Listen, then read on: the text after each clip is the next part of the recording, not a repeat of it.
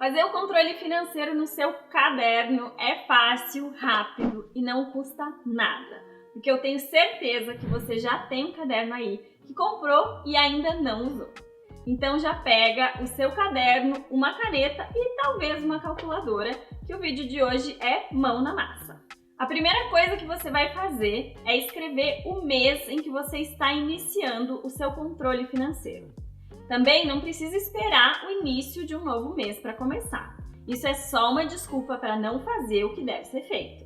No meu caso, eu vou colocar janeiro, porque é quando eu estou gravando esse vídeo. Nós vamos começar escrevendo aqui qual é a renda mensal, porque se a gente vai fazer um controle financeiro, a primeira coisa que a gente precisa saber é quanto a gente recebe por mês. Você pode ter renda proveniente do seu trabalho, de alguma renda extra ou de qualquer outra fonte que você vai descrever aqui. Nesse caso, eu coloquei a renda do salário, 2 rendas extras e também uma renda de aluguel ou qualquer outra coisa. Ao lado da renda, você vai colocar o valor líquido que recebe. É importante colocar o valor líquido porque é ele que estará disponível para sua utilização.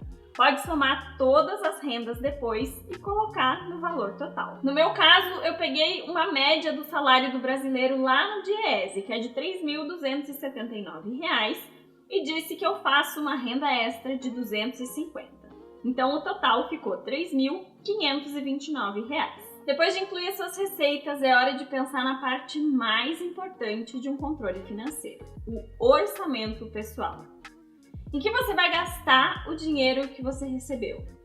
Você precisa criar tetos de gastos e se controlar para não gastar mais do que o estabelecido. Se você não fizer isso, anotar os seus gastos não vai adiantar nada. Você pode criar grandes categorias para separar esses gastos. Eu gosto de usar 3 categorias, que são as contas ou gastos mensais, gastos com estilo de vida e investimentos. Para mim, funcionam muito bem apenas essas 3 categorias. Se você achar necessário, pode criar outras categorias, mas não complique muito para você não ficar com preguiça de preencher. No meu exemplo, eu vou colocar que os gastos mensais vão ser limitados a 60% do valor que eu recebo e os gastos com estilo de vida e investimentos serão 20% cada um. Isso fecha 100% da minha renda. A gente vai transformar agora isso em reais e calcular o quanto da minha renda eu vou destinar para cada grande categoria. É bom transformar em reais e não apenas pensar em porcentagem, pois o nosso cérebro gosta de simplicidade. E assim fica mais fácil você saber se está ou não seguindo o que foi proposto. Outro truque é você começar a categoria pelos investimentos e depois você vai colocar ali os seus gastos mensais, que são aqueles gastos essenciais, e também os gastos de estilo de vida. Então, se a gente calcular 20% da nossa renda de R$ 3.529 para investimentos, o valor mensal vai ser de R$ 705,80 e é o mesmo valor que a gente vai destinar para o nosso estilo de vida, R$ 705,80. Já as nossas contas mensais essenciais são 60% da nossa renda, que dá um valor de R$ 2.117,40. Eu sugiro que você coloque a categoria de investimentos por primeiro e invista o valor proposto assim que receber a sua renda. Quando a gente prioriza o investimento, as outras coisas vão se ajeitando e a gente dá um jeito de pagar. Já quando acontece o contrário, quando você decide investir só aquilo que sobrou, nunca sobra dinheiro para o seu investimento. Para a categoria de investimentos, você não precisa deixar um espaço muito grande, mas para as outras categorias, deixe pelo menos 4 linhas depois de cada. A gente vai agora para o próximo item e depois a gente volta aqui para usar essas linhas que a gente deixou em branco. O nosso próximo registro vão ser as transações diárias e o efetivo rastreamento dos seus gastos. Aqui a gente vai criar pelo menos 5 colunas. A coluna da data, do valor, o item que foi gasto, categoria e também o método de pagamento. O ideal é que você consiga alimentar esses dados todos os dias, pois os gastos estão frescos na memória, principalmente se você usa dinheiro em espécie. Eu sei que o Pix tá aí, dinheiro em espécie tá um pouco fora de moda, mas ainda tem gente que usa.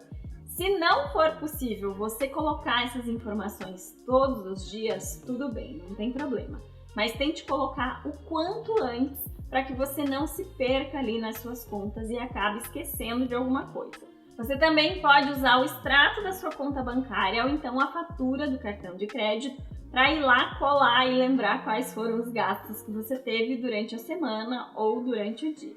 Você vai colocar todas as suas transações aqui. Então, um exemplo, no dia 5 de janeiro de 2025, eu gastei o valor de R$ 705,80, que na verdade não foi um gasto, foi um investimento na categoria de investimento e foi feito no débito, que saiu da minha conta.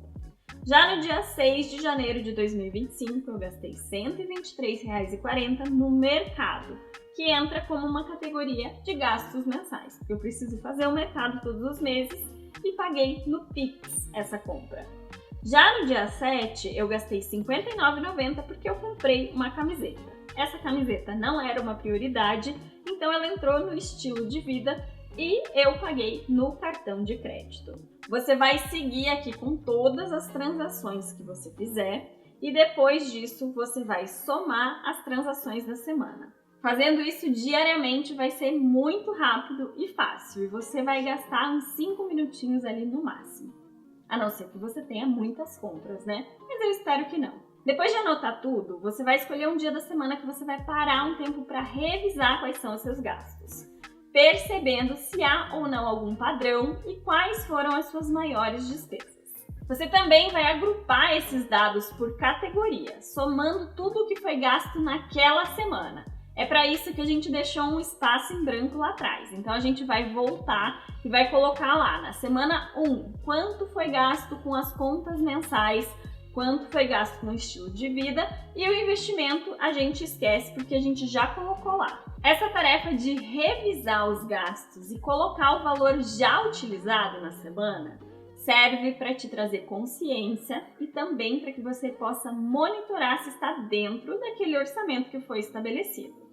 Se o valor que você podia gastar com estilo de vida já foi praticamente todo usado na primeira semana, algum ajuste de comportamento precisa ser feito. Para utilizar no nosso exemplo, vamos dizer que a primeira semana de janeiro foi realmente do dia 1º ao dia 7. Então, do dia 1º ao dia 7, nas minhas contas mensais, eu gastei um total de R$ 135,80. Já na semana número 2, eu tive outros gastos, inclusive um aluguel. Então, o valor gasto foi de R$ 1.058,80. Nas 2 primeiras semanas de janeiro, eu gastei um total de R$ 1.194,60 e só sobrou para mim R$ 922,80 para gastar nas outras 2 semanas. Já os meus gastos do estilo de vida, na primeira semana eu gastei só R$ 59,90 e na semana 2, R$ 194,90. Então eu ainda tenho R$ 451 para gastar nas próximas 2 semanas do ano. Esse rastreamento semanal vai servir como um termômetro para que você saiba se você está dentro da sua meta ou se você está gastando muito mais do que previsto. Qual era a despesa que você não sabia que tinha ou que achava que gastava menos? Como você pode reduzir ou eliminar esses gastos? É respondendo esse tipo de pergunta que você começa a identificar comportamentos financeiros que podem ser alterados. Eu sugiro nesse caso que você use cores, como um lápis verde para identificar os gastos que serão mantidos, amarelo, aqueles gastos que merecem uma análise e podem ser reduzidos, e vermelho para os gastos que devem ser cortados e eliminados do seu orçamento. Esses são os itens básicos para quem quer se organizar e está numa situação financeira mais tranquila, sem dívidas. Mas se você tiver dívidas, você ainda pode incluir mais uma parte na sua organização financeira, dedicada a rastrear as dívidas com o intuito de se livrar delas o quanto antes. Você precisa lembrar de colocar todos os parcelamentos que fez, inclusive aqueles no cartão de crédito, porque cartão de crédito também é uma dívida. Pode parecer que não, mas é. Então, no quadro que a gente vai fazer para suas dívidas, você vai colocar qual é o tipo de empréstimo que você pegou, qual é o valor da parcela, quantas parcelas falta para você terminar e qual é a data fim, a data em que você quita de vez essa dívida. Empréstimo no Banco X, R$ 422,30. Faltam 10 parcelas e a data fim é outubro de 2025. Ou TV no cartão. TV que você comprou no cartão. O valor da parcela é de R$ 209,90. Faltam 8 parcelas e a data de quitação dessa dívida vai ser em agosto de 2025. Empréstimo no Banco Y, R$ 42,50. Faltam 22 parcelas e a data fim é outubro de 2026. Você pode repetir esse quadro todos os meses se você quiser saber ali no detalhe quanto você ainda está pagando. Ou você pode colocar pelo menos o número de parcelas a lápis e ir apagando e atualizando assim que os meses forem passando. Você decide o jeito que você acha melhor para controlar ali todos os seus débitos. É fácil, não é? Aí você vai repetir todo o processo, colocar o mês, as suas receitas, o seu orçamento mensal e também as suas despesas diárias, todas as transações que você fez, e vai repetir isso todos os meses. Fazendo essa repetição, você vai conseguir analisar qual é a sua evolução e saber se você está conseguindo se manter no valor que for orçado ou então fazer ajustes dos percentuais, lembrando que ele nunca pode passar de 100%. Lembre de fazer aquelas perguntas do que realmente você precisa, do que pode ser reduzido, do que pode ser cortado, para que você possa, de um mês para o outro, ir evoluindo e construindo uma organização financeira muito melhor. E se você está começando agora a sua organização financeira e quer entender como saber o valor da sua hora trabalhada pode te ajudar a economizar alguns reais, eu sugiro que você veja esse vídeo aqui.